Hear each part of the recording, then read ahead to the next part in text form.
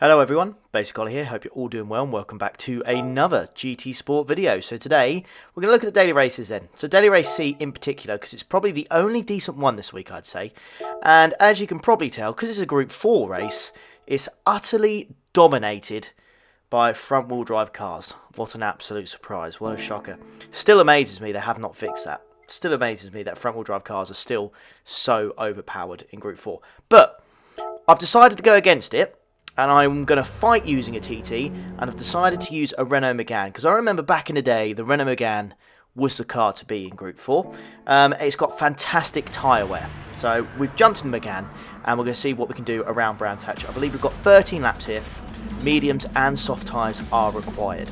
So I've decided to start on said medium tyres.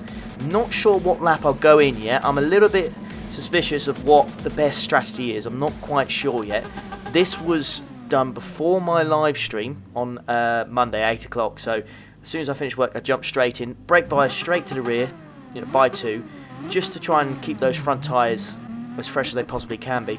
Although it's probably not going to make too much of a difference because the mediums, I think the tyre wear is ×6. So anything below ×8 or anything like that on Gran Turismo is normally quite good. So we shouldn't really have too much of an issue with tyre wear, especially in this car. So as we get the 5 red lights, or you want to call it the countdown time at 3, 2, 1, and then we're going to go, straight away you can see the difference in the power. The McLaren in front of me here, with the slipstream of the TT just in front of him, what a surprise, has pulled quite a nice gap already. So if we're going to do anything here on the first lap, we're going to have to make sure we hit our apexes and take real advantage of the cornering capabilities of this Renault Megane, because it really is a superb, I can get my words out, superb car to drive. As you can see, there's so much later on the brakes, catching up with the McLaren. I can see there was it looks like a TT that's gone off there. The McLaren goes wide up there, but that's fine. Chapo gets a half-second penalty. Dodge Viper goes off there. I'm not quite sure what's happened. He seems to have touched the grass and just completely gone off the circuit. A little bit unfortunate for him, but that is one position already. If you guys haven't noticed, I am on my second account for this one. Again, first race, just want to see what it's like. I need to rank up my second account anyway, so starting from the back should make the video interesting at least. So the McLaren managed to get past the TT then, which is good to see. Now I'm going to shoot up the right-hand side, just avoiding contact there. Could have slid into the side of him. Again, it's early doors, so even though I did have, a nose beside him, I didn't want to keep it there because I thought it's the first lap. I don't want to cause an incident, I don't want to cause a penalty. But unfortunately, because I did that, he was very slow in the next corner and has held me up once again. And then coming through here, yeah, just a little bit too slow, but I don't have the top end in this car to overtake, and it's not exactly long straights. So there's a gaggle of cars up ahead. And what's really good about this week's Daily Race C is when you mix up the strategies, you can decide to go in the pits whatever the hell you like. So at the end of the first lap, I could see there was a huge gaggle of cars in front of me. I thought, you know what, the Megane is so good on its tyres. I want to go into pit straight away, and I'm going to put the softs on. I'm just going to bolt them on. I'll have some clean air apart from the Spaniard. Well, that's what I was hoping for anyways. I was hoping for some clear air. But we've got a Spaniard in front of me, and then this guy from Portugal as well. He seems to have landed himself a penalty. Also in the Megane, which is good to see. So it looks like the Megane is going to be the car of choice then. If you are not, if you're trying to be against the herd, shall we say, against the meta. A nice little switchback there to get past the Portuguese guy. Yeah, if you're against the meta, the Megane is probably a good car for you. Monday's stream as well, the Toyota 86. I actually found a really, really good car to use as well. And surprisingly, the Citroen, which is just bizarre. I never thought that would be a good thing, but you've got to make sure you put the brake bias towards the front, because that thing, as soon as the rear tyres die, you're in trouble. Anyways, you can see, going down this straight here, going through Pilgrim's Drop and then through Hawthorne Bend, it just didn't really have the launch on him. Now, I am side by side here. I was a little bit braver, but again, it's still giving him the space, because it's so easy around that corner. I believe it's Westfield Bend. It's so easy to go side by side and hit someone onto the gravel, and the game gives you a penalty. So we're going to have to make sure we avoid that at all costs if we can. So you just get the feeling, you just know, even if there's contact, it's not your fault, the guy just turns in on you and then goes off, you're going to be in trouble. You're going to be in trouble. So first thing when you start at the back in these kind of races, avoid contact if you can, get the moves done cleanly. Don't have to necessarily be on the first lap. We always say you never win a race on the first lap, but it is true. It really is, especially when you're starting last. It's a totally different ball game. So McLaren shoots up the inside here. I kind of get stuck here because the car's on the on the racing line. So I decided to go around the outside, stick with the slipstream McLaren, and actually make a move around the outside, going through Druid. And yeah, just because the car's so sturdy and stable coming out of the corner, yeah, to make a great move. And then I think the Porsche is just completely and utterly driven off there, and the Megane almost collides into the McLaren. McLaren manages to find a way around the outside. I decide to go up the inside, and that's about 2-3 positions right there, in about 2 or 3 corners, so I will take that.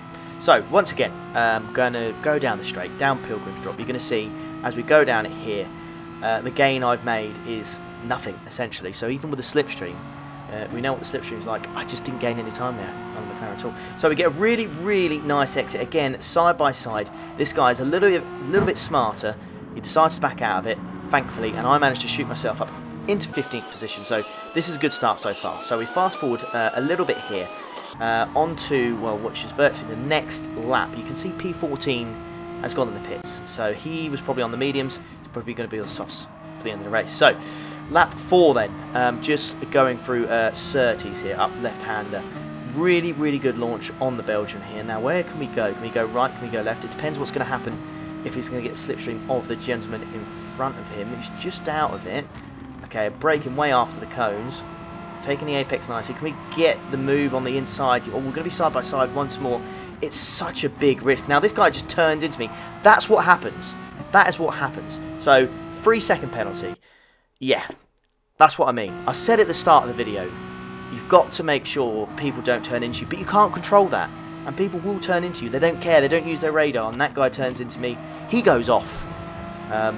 If I'm being frank, I was side by side. I think he's just turned into me. You have to let me know in the comments. And up here, look, there seems to be some sort of massive collision. I'm not quite sure. 2 people have gone off, and some guy's got a massive penalty. So something's happened there. I zoomed in there, but I couldn't quite see it. What we'll do at the end of the video, we'll go through that. We'll go through exactly what's happened, because that's not quite right. Something's happened there.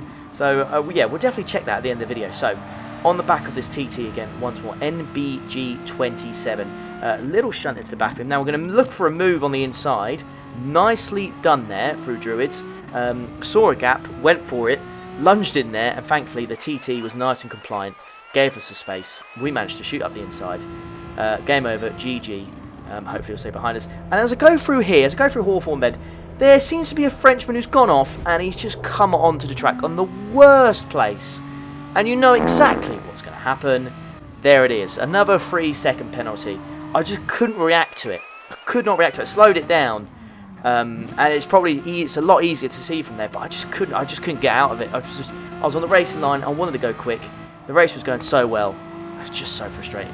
So right now, we're just going to smash through it. So we're on P10. I get a launch on a TT here. As we go, try and go through Surtees to shoot up the inside, and that gets us up to P9 and manage to defend the position down the straight. Moving ahead once more to see the guy in P8, the Frenchman. He goes off. That now promotes it up to P8. So lap 7, you can see there's a yellow flag up ahead. Someone's gone in the pits. I get a really, really nice exit. Try to look to the left-hand side. I know the TT's got the strength, so then I go to the right. You're going to see him shoot across to the right-hand side to defend it. I go to the left. Just a schoolboy error there. Brakes way, way too late, and I'd get the switch back. Straight up to P5. Lovely done. Lovely done. Nice stuff. Anyways, lap 10 now. Again, awesome launch coming out of Surtees to the left-hand side. Problem is here, I had to go to the left. I lose the slipstream, but because I've got such a good launch, I'm side by side, so I can't use the slipstream to try and overtake him by the time the corner comes. It's too late. I'm side by side, I've lost it. So we're going to try and switch back once more now. This is going to be risky, because we've lost a position through this already with a penalty. Decide to back out of it. Think better of it. So go through Westfield Bend. Always be careful going through there, chaps. Anyways, going through this corner here, I'm not quite sure what it is. I know it's stupidly, I think it's, genuinely, I think it's called Dingledale Corner. Someone correct me on that. Anyways, shoot up the inside, get into P4. This is going really well, just 3.5 laps to go. Now for 2 laps, I was chasing this guy down for a podium, but he goes off the track here. Just completely and utterly gifts me a podium. Absolutely gifted.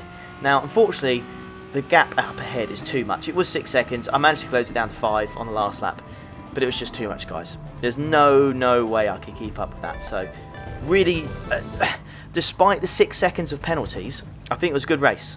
Really good overtaking opportunities. I think we took them well. We were cautious when we needed to be, but not cautious enough, it seems.